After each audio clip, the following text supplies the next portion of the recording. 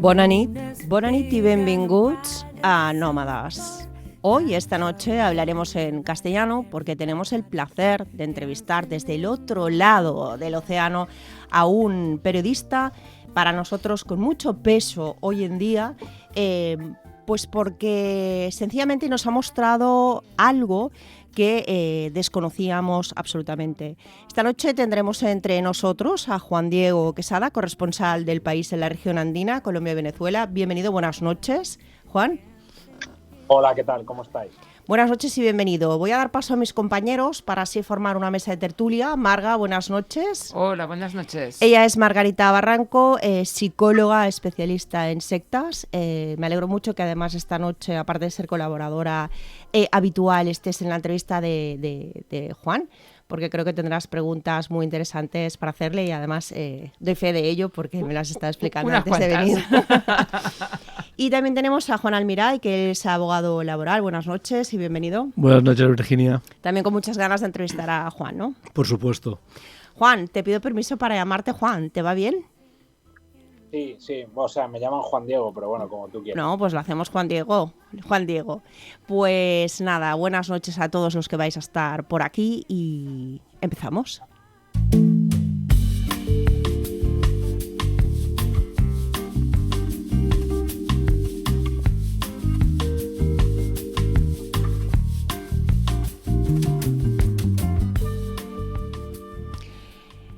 Bueno, Juan Diego fue miembro fundador del País América en 2013, en la sede de México, y más tarde pasó por la sección internacional, donde fue enviado especial a Irak, Filipinas y los Balcanes.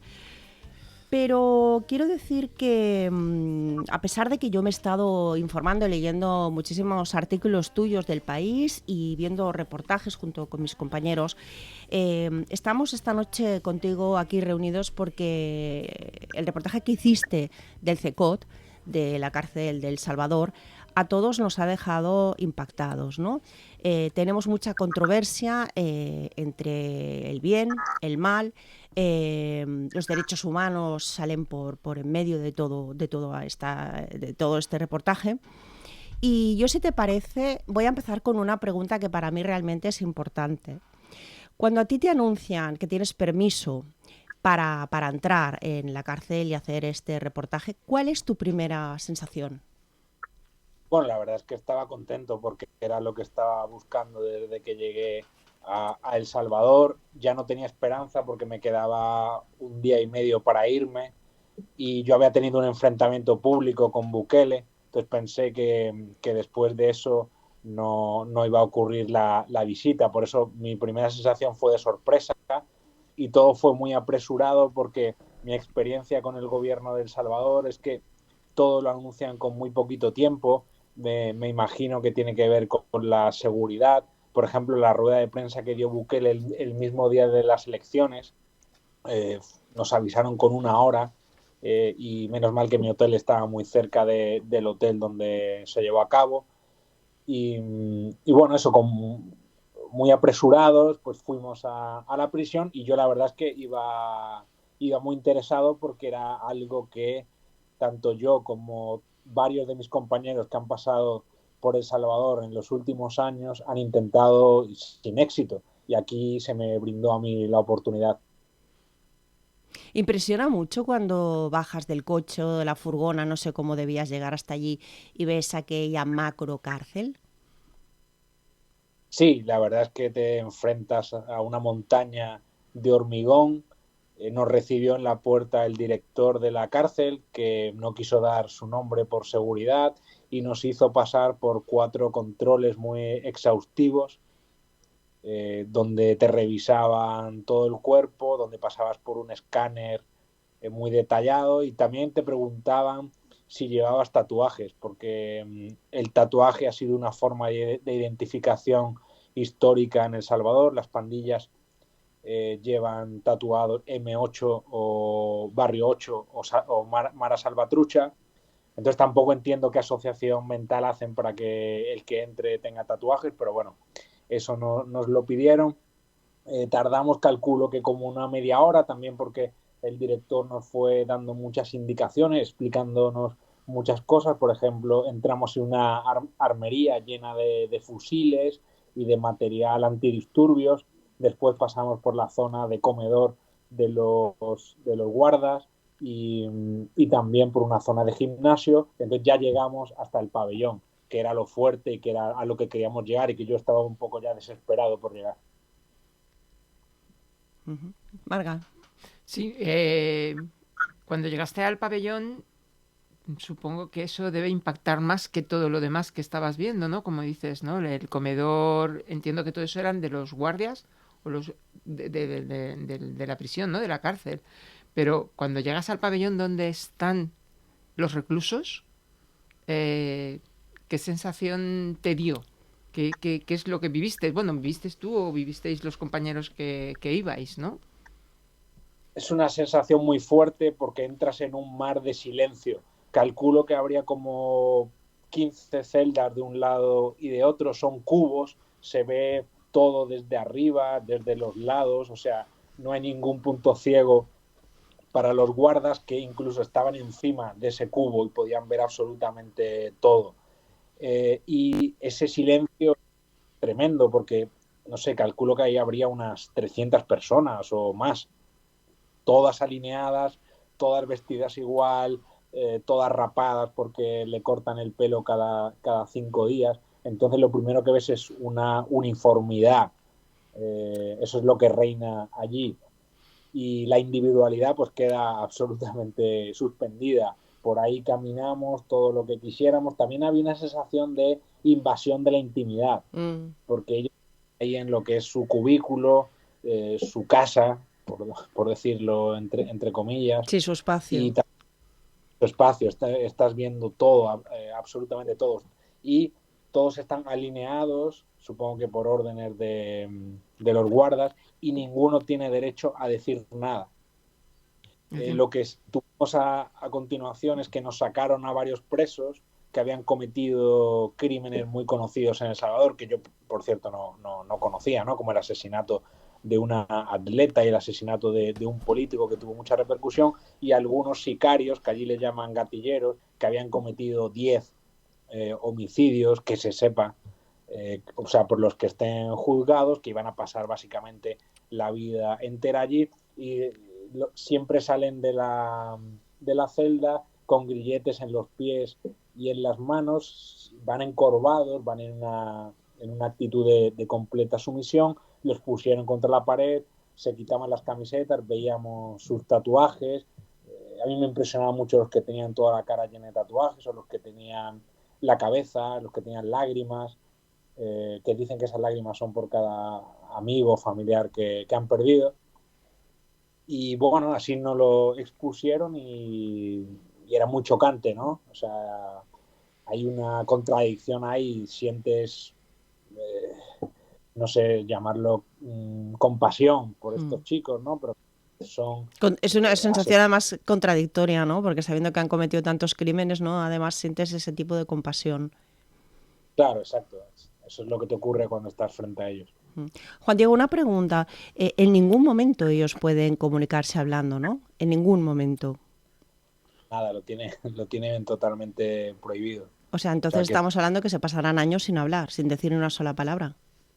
O que hablan entre ellos por bajo y sin que nadie los vea, pero sí, están en completo silencio y tienen muy poco acceso a cosas. Yo pregunté por si existía algún tipo de reinserción, si iban al psicólogo, si hacían algún tipo de actividad. No hacen ninguna, no reciben visitas, que no sé si eso es constitucional. Lo que pasa es que con el régimen de excepción de Bukele, todo eso es una decisión presidencial, ¿no? Y no reciben visitas. Tienen un médico allí, de hecho vi cómo llevaban algunos presos al médico. No lo conté en mi crónica porque me parecía un poco de show, porque no sé si estaban enfermos o no, como tampoco me dejaban hablar con los presos directamente. Los pesaron, les hicieron una observación ocular. Como una revisión médica. Sí, como una revisión médica. Y lo que te quería decir es que solo tienen una Biblia, creo, dos, no estoy seguro, por celda. Es lo único que pueden leer y salen media hora al día a hacer gimnasia. Yo no lo vi eso, pero lo he visto en vídeos que ha subido Bukele y hacen calistenia, que es ejercicio con tu propio cuerpo. Y es verdad que están en forma casi todos. Sí, cuando decías lo de la Biblia, en cada, digamos, celda, ¿no? Hay unas 70 personas, me parece, ¿no? Sí, por lo que he visto un poco en alguno de los reportajes, ¿no? Es decir, hay una Biblia y no tienen a ningún, digamos, cura, Un un sacerdote. sacerdote de cualquier, da igual, de cualquier tipo de religión, no tienen a nadie. Nada, Comentas, no hay porque no tienen derecho a eso, ni hay tratamiento, nada. Esa era una pregunta que yo tenía para poder hacerte, ¿no? Porque claro, nada, nada. no existe. No Claro, hay asistencia espiritual, psicológica. nada. Eh, de hecho, cuando yo le pregunté por la reinserción al director, él me dijo, estos son animales que han cometido muchos crímenes y se merecen estar en este agujero. Pero si eso lo dice el director, es que seguro que le viene de una orden gubernamental y del propio Bukele, porque tampoco el gobierno de El Salvador tiene una estructura pequeña, ¿no? Es un país pequeño. Claro, con lo cual el principio de que la prisión tiene que ser para rehabilitar a las personas que cometen algún tipo de delito, no sé qué tal será la rehabilitación allí, ¿no? Porque claro, hay gente que ha salido ya, ha cumplido su pena, ¿sabes? Sí, y hay gente que ha salido ya y que está en la calle, o no Del, se sabe.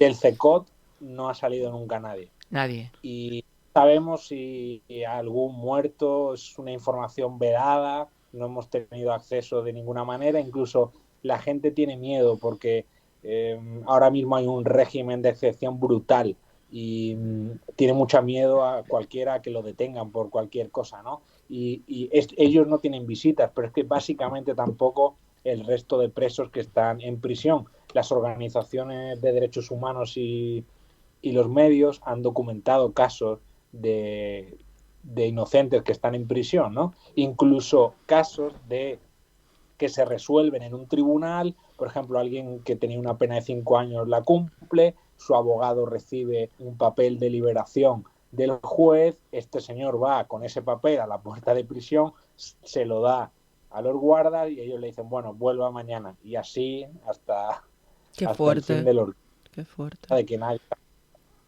O, puede haber algunos, pero en regla general se viola el debido proceso, se viola absolutamente los derechos de los presos, incluso los juicios, por lo que he estado investigando, también son una pantomima porque no hay abogado defensor en muchas ocasiones. Como los abogados no tienen acceso al preso, no hay una preparación del juicio. Tampoco la familia tiene ningún tipo de acceso, no hay llamadas, no hay visitas, no hay vis a vis.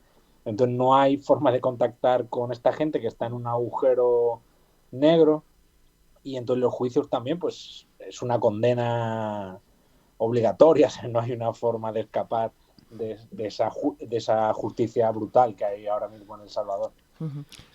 Sí, hola Juan Diego. La gente en El Salvador, ¿qué opina de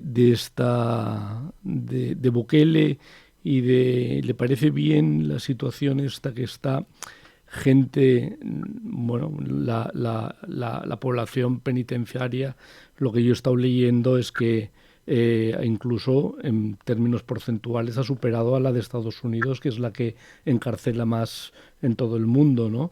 La gente, fuera de la cárcel, has hablado con personas. ¿Qué opinión tienen de Bukele y de su política esta represora, en este caso, ¿no? de las maras?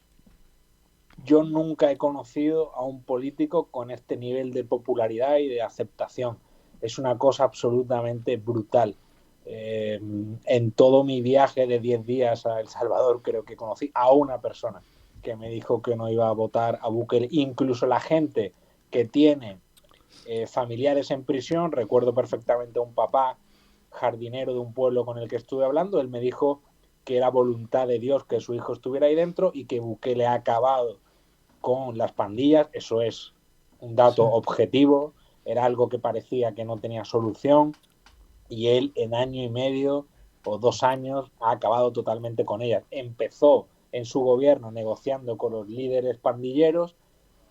Hubo un fin de semana en el que murieron 76 personas, si no me equivoco, o casi 80, y él rompió esa tregua con las pandillas y empezó una guerra brutal contra estos entramados criminales. Los fulminó. Hoy en día, y esto lo puedo asegurar 100%, no existen las pandillas. No existe crimen organizado en El Salvador. No digo que no pueda haber homicidios, que de repente hay algunos, pero es una cifra bajísima, yo creo que al nivel de España, y acabó con la delincuencia totalmente. Salí alguna noche a pasear por El Salvador y la seguridad es absoluta, cosa que no puedes decir en casi ningún país de América Latina. Yo vivo en Colombia y los robos de móviles son muy comunes. Ahí nadie se atreve a robar porque el que robe puede acabar en prisión y no sale. Esa es la realidad. Y perdón, acabo con esto. El apoyo a Bukele es real. El 85% de los votos, no sé si es una cifra manipulada por el gobierno, yo me la creo. Porque todo el mundo quiere a Bukele. Y esa es una realidad. Se le puede cuestionar que para quedarse en el poder ha hecho una interpretación, gracias a unos jueces a modo, una interpretación muy cuestionable de la Constitución para quedarse.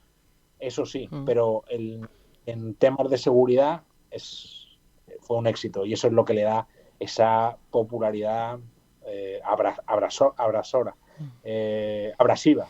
esa popularidad abrasiva y que nadie puede cuestionar. La oposición en El Salvador no existe.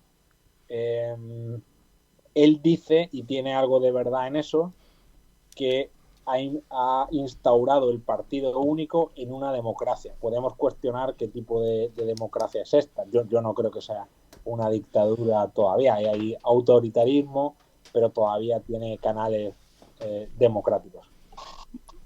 Sí, realmente es una figura que yo creo que, saliéndome un poco del tema de la cárcel en sí, que se está poniendo quizás un poco de moda con gente como el propio Bukele, el Trump, ahora Milei en Argentina, que también es un poco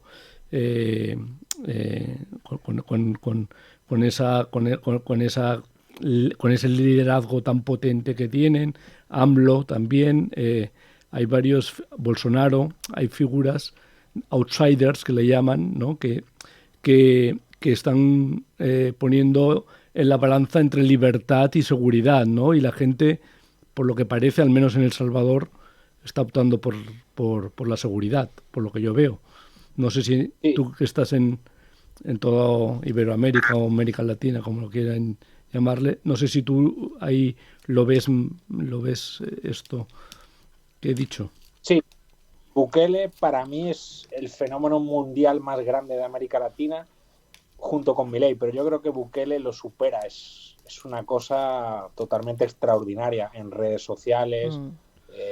He viajado por ahí, todo el mundo te habla de Bukele. Mira, hace 2 días hacía una entrevista en una radio colombiana y bajaba de un taxi, el tipo vio que yo estaba hablando de Bukele y me dijo: Dios bendiga a Bukele, ojalá en Colombia tuviésemos uno. Y ese apoyo es real, ese apoyo existe. La lista de nombres que tú has dado, yo quitaría de ahí a López Obrador, porque López Obrador sí es un hombre absolutamente del sistema y no ha priorizado la seguridad, ha tenido una política de seguridad un poco ambigua, ¿no?, respecto a los cárteles de la droga, y por eso sigue una tasa de homicidios enorme en México y un crecimiento del narco, según he leído en algunos informes, ¿no? Pero bueno, eso es discutible también. Y, por ejemplo, el presidente de Ecuador, que también he visitado Ecuador y he estado trabajando allí, quiere replicar el modelo Bukele, lo está intentando. Lo que pasa es que yo creo que la violencia de Ecuador es mucho más compleja, porque Ecuador es un país más grande, porque se ha desatado una ola de violencia brutal en apenas 3 años. Claro. Yo visité 4 años, creo, Ecuador y era otro país, y en apenas 2 años ha sido una cosa impresionante. No recuerdo una subida semejante en ningún país tan grande de inseguridad. Y ahí actúan los cárteles de la droga mexicanos en colaboración con las pandillas ecuatorianas. Entonces, el dinero que tienen esas pandillas que mueven kilos y kilos de cocaína a través del mar, de la salida al mar que tiene Guayaquil, les hace tener un ejército, les hace tener muchas armas y no es tan fácil de acabar con eso. Él dice que está construyendo 2 cárceles de máxima seguridad. Hace una semana una compañera mía de Ecuador le dejaron entrar a una Supermax ecuatoriana, pero era un desmadre, no existía nada de lo que hemos contado de la cárcel de El Salvador, y de hecho el día antes de la visita se fugaron los presos. Vaya. De todas maneras, Bukele busca un poco la unificación de los países centrales, ¿no? Sí, él ha hablado de esa idea que yo no me parece realizable, al menos en el corto plazo. Supongo que se podría hacer una especie de Unión Europea, Centroamericana, algo así. Pero la unión de los 3 países, que a mí me parece una buena idea, ¿no? Sí, a mí la también. unión de España y Portugal, pues me parece una idea interesante. Que supongo que él querría gobernar. Sí, claro, por supuesto. Pero bueno, la idea no está mal también porque sería una forma de ellos mismos tener más potencia, más valor, más fuerza, ¿no? Dentro de esa división que hay un poco entre América del Sur y América del Norte, ¿no? Quedan ahí un poco ellos descolocados y yo creo que igual sí que les daría, ¿no? un lugar más importante en lugar de estar desagrupados, ¿no? También te quería preguntar algo que me llama la atención. La cárcel del CECOT puede ser una bomba de relojería si en algún momento Bukele desapareciera y eso dejara de funcionar como funciona ahora. ¿Sabes lo que te quiero decir? O sea, si todas esas personas que están dentro metidas se pudiera abrir esa puerta en un momento dado, eso sería una bomba de explosión, ¿no? Una bomba de relojería. Podría crearse incluso una nueva banda de unión. Yo creo que no. Yo creo que la seguridad está totalmente controlada en El Salvador y supongo que si Bukele se va algún día, que de lo que tengo mis dudas, al menos a corto plazo, le sustituirá a alguien de su partido o alguien de confianza y seguirán con esa misma mano dura. Yo me atrevo a decir que el CECOT ahora mismo es inexpugnable y que nadie puede fugarse de él, como la Supermax en Estados Unidos, que tienen condiciones también durísimas y reclusión 24 horas de los presos, algunos del corredor, lo que ocurre también en el corredor de la muerte.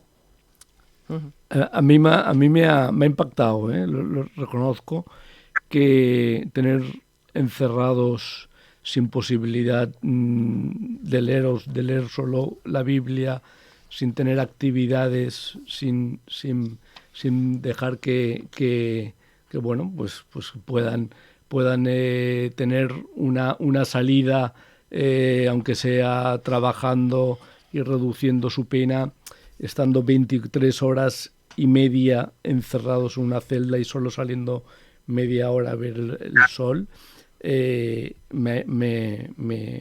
parece unas condiciones durísimas. Tengo una duda, es un poco absurda la duda, pero bueno, ¿quién lleva la cocina?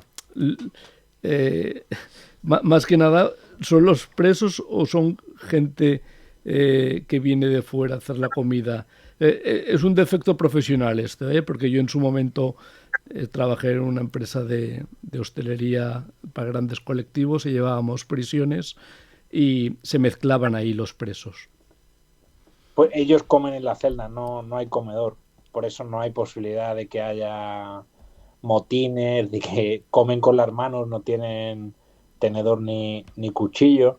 Y lo que tú has dicho, que ven la luz del sol esa media hora, no, porque no salen de ese pabellón, es todo luz artificial y solo tienen una por arriba de las celdas tienen un escape de aire, pero es imposible trepar hasta ahí, entonces no ven la luz del sol y la comida es siempre la misma: arroz y pasta por la mañana con un huevo duro, pasta a mediodía y por la noche arroz y pasta con un huevo duro, todos los días de tu vida. Y entiendo que, por lo que decía un poco Juan, en la cocina, entiendo que son personas externas, ¿no?, que trabajan en la cocina, o la comida viene de fuera. Entiendo que se debe cocinar allí. La verdad es que me pilláis. Yo- Claro. bueno, La próxima Yo quería, lo yo- pregunto. no, no, en España los presos que no son peligrosos se mezclan con las empresas de catering y cogen cuchillos y hay una mezcla ya, y hacen la comida. O sea, esto es como funciona, al menos aquí en España, ¿no? Pero no, bueno, Bueno, yo, si no lo sabes tampoco pasa nada, no, es pero curiosidad mía. yo pero entiendo que se están de esta manera, ¿no? Totalmente aislados en estas prisiones que son en estas celdas que son cubículos y que no salen absolutamente para nada, no salen tampoco a la cocina, entiendo yo, ¿eh? No hay cocina. No Es que existe. no hay. Claro. Marga. Sí, yo quería preguntarte, antes has comentado que ahora, digamos, en El Salvador no hay pandilleros, ¿no? O no hay pandillas, ¿vale? Pero claro, y todos los miles de pandilleros que se supone que estaban ahí, ¿qué ha pasado? ¿Se han desplazado al resto de países? Porque sí que has comentado hace un momento, ¿no? Que en Ecuador sí habían pandilleros, con lo cual quiere decir que si no son los mismos, serán nuevos o diferentes, pero que sí que Está- deben haber una parte fuera de El Salvador, ¿no? Están en prisión, básicamente, y los que quedan, que ¿Mm? no están articulados, están escondidos en sus casas para que no los revisen en controles policiales y los lleven por el simple hecho de llevar un tatuaje. Conocí a un taxista que su hermano tiene tatuajes, que algunos se parecen a los que llevan los pandilleros y no se atreve a salir de noche, va al trabajo con mucho miedo y vuelve lo antes posible, porque en cualquier retén pueden considerar que él sea un pandillero por los tatuajes que tiene y no vuelva a saber su familia de él. Las pandillas también me hablaron de que algunos han desplazado a Estados Unidos porque el origen de las pandillas son Los Ángeles. Sí. Esas se crearon en Los Ángeles en los años 70, finales de los 70 y principios de los 80. Hubo una política estadounidense de expulsión de chicos que habían cometido crímenes, los cogieron, los montaron en aviones, los dejaron en San Salvador y ese grupo de criminales que ya venían aprendidos, Estados Unidos ni siquiera informó al gobierno de El Salvador de qué delitos tenían estos chicos, tampoco había capacidad de juzgarlos. Entonces, eso fue el caldo de cultivo para crear las pandillas. Entonces, la conexión entre Estados Unidos y El Salvador es súper fuerte, pero mejor dicho, la conexión entre California y El Salvador es fortísima. No sé cuántos millones de salvadoreños hay fuera, pero casi tantos como habitantes. Claro, yo te lo preguntaba entre otras cosas porque, por ejemplo, aquí en España, ¿vale? Aunque no son, evidentemente, la cantidad que hay en El Salvador, pero sí hay gente que pertenecía a las maras, a los Latin Kings, bueno, ciertos pandilleros, ¿no? A grupos pandilleros de allí, que venían de allí. Entonces, claro, igual Sí. que aquí han llegado, evidentemente que no tienen la fuerza y esperemos que nunca la tengan, ¿vale? Que tuvieron ni el poder que tuvieron digamos, en El Salvador, sí que es importante, bueno, saber para dónde se mueven, ¿no? Saber por dónde se desplazan todas estas personas, porque, claro, son potenciadores de posibles grupos nuevos, ¿no? Pero yo lo veo un poco como la desactivación de ETA. O sea, no veo Vale. que ETA vuelva a armas, los pandilleros no creo que puedan reorganizarse y, por ejemplo, extorsionar en los barrios. Ellos cobraban extorsiones en básicamente los barrios más populosos de El Salvador. Era una de sus fuentes de financiación. Cobraban por entrar al barrio, había como un checkpoint, cobraban a todos los comercios, no solo a los comercios, cobraban a la gente por vivir en el barrio, que eso está ocurriendo también en Ecuador, que tú pagas $20 a la semana por estar viviendo ahí. Es algo que yo no había conocido hasta aquí. Ese sistema está desmantelado absolutamente. Los barrios ahora son seguros, la gente puede caminar tranquilamente por la calle sin miedo a que lo extorsionen y hay algo curioso. Bukele achaca el descenso en el PIB salvadoreño a la eliminación del crimen organizado. Puede tener algún sentido. No creo que se base en ningún informe económico real. Supongo que él, como es un tipo tan hábil, ¿no?, con todo y sabe comunicar tan bien, lo achaca a esto y dice que haya bajado el tráfico de drogas en El Salvador, droga hacia el norte, que tampoco era un número tan grande antes, ha hecho que baje la economía salvadoreña. Puede tener un punto de verdad, ¿no? Como cuando se habla que la colombiana, si se acabase el tráfico de drogas, porque Colombia es el principal productor mundial de cocaína, aunque sale por Ecuador sobre todo, bajaría el PIB un 4%, he leído en algunas ocasiones, y me parece creíble.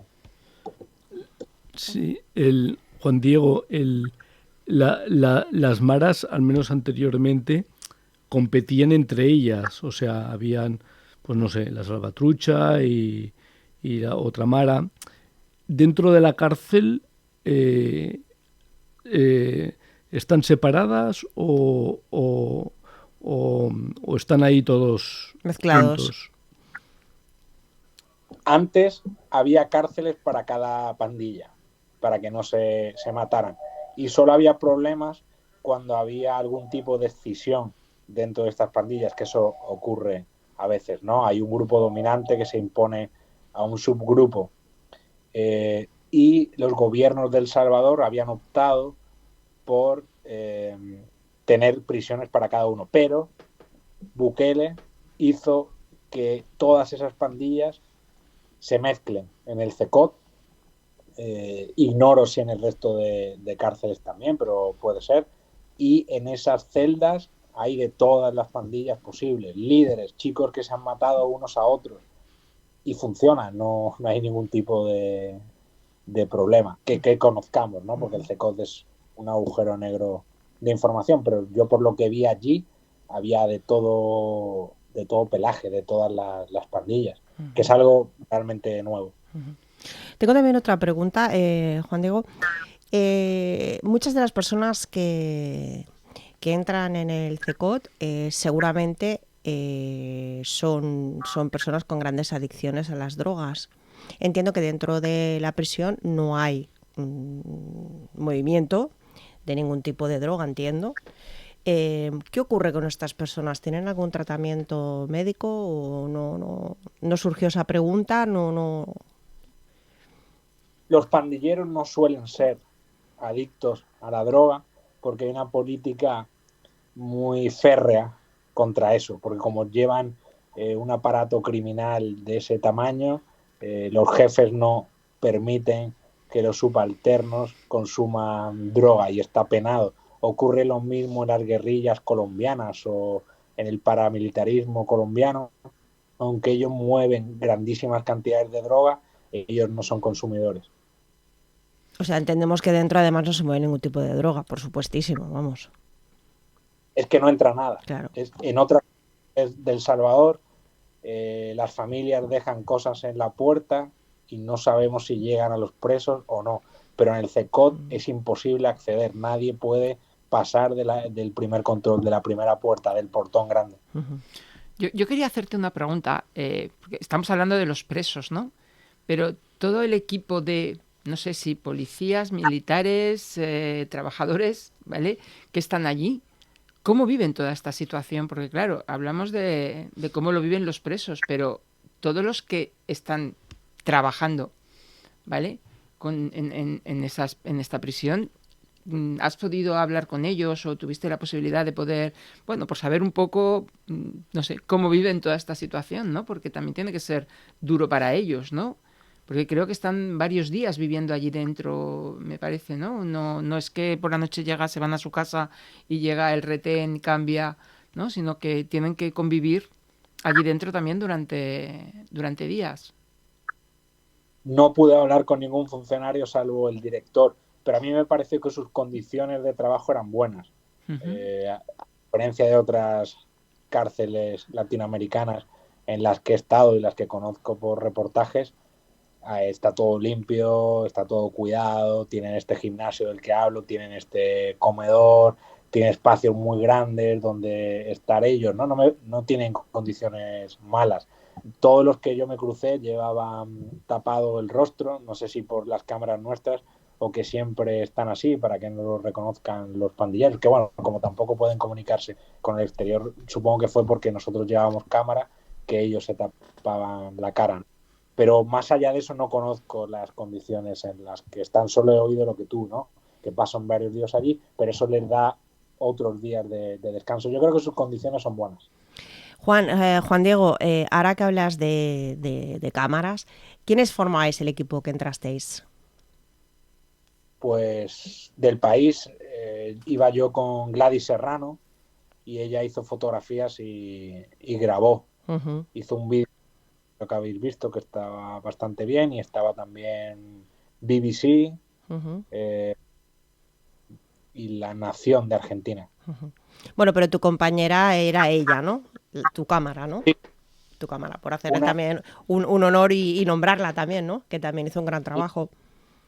Una periodista, fotoreportera mexicana que estuvo aquí conmigo en Colombia trabajando cuando se abrió aquí oficina en Colombia, porque es una periodista muy, muy versátil, y la enviaron justo para las elecciones de El Salvador. Enviaron también a otra periodista para trabajar en las elecciones, y eso da cuenta del esfuerzo que hizo el periódico para cubrir las elecciones de Bukele, que realmente no tenían no tenían ningún misterio, ¿no? Sabíamos que iba a ganar Bukele, pero el impacto que tiene en España, el impacto que tiene en Latinoamérica, en nuestras audiencias, es grandísimo. Uh-huh. Bukele es muy querido, Bukele es muy interesante para la gente, por eso el país envió a 3 personas a cubrir estas elecciones, algo que, como vosotros sabéis, es algo carísimo. Totalmente. Ecuador no es un país barato, ¿no? Porque está dolarizado. Uh-huh. Uh-huh. Bien, Juan, pues no sé si tienen una última pregunta para hacerte, Marga y Juan. Bueno, no.